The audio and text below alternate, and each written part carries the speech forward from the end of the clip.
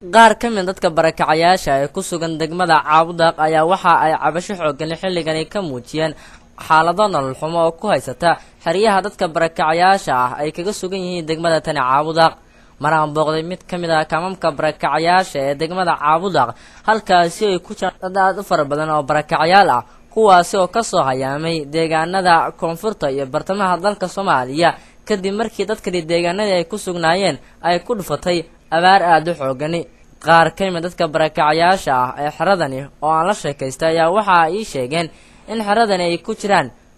muddo aad u fara badan isla mar ahaantaasina aysan haysanin wax daryeel ah waxa ayna maamulka iyo hay'adaha samafalka ay ka codsadeen in la soo gaaraan gurmad degdeg ah waxaan codsanaa in kaalmo aadamnimo la soo gaaro degdeg ah meeshaan waxaan deganay ilaa 3 sano iyo 5 bilood wax dhaqaalaha iyo wax kaalmaana ma lahayn adduunyaha waxaan ka codsanaynaa kaalmo degdeg ah in la soo gaaro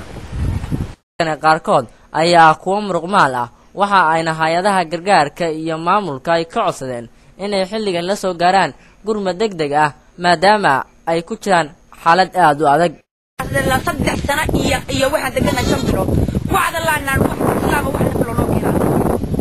aqda iyo xisaab masaga madafkii xamar ka soo orday kii Caabudaq ka soo orday saasay loogu agweeraysan madaxdiiya majriba si kastaba ha ahaatee maahan markii ugu horeysay oo cabasho noocaani oo kale ay ka soo yarto dadka barakacayaasha ay ku jira kaamamka barakacayaasha ee degmada tan Caabudaq iyo dadkani ay ahaayeen mid noloshooda hore ay ku tirsaneed dhaqashada xoolaha nool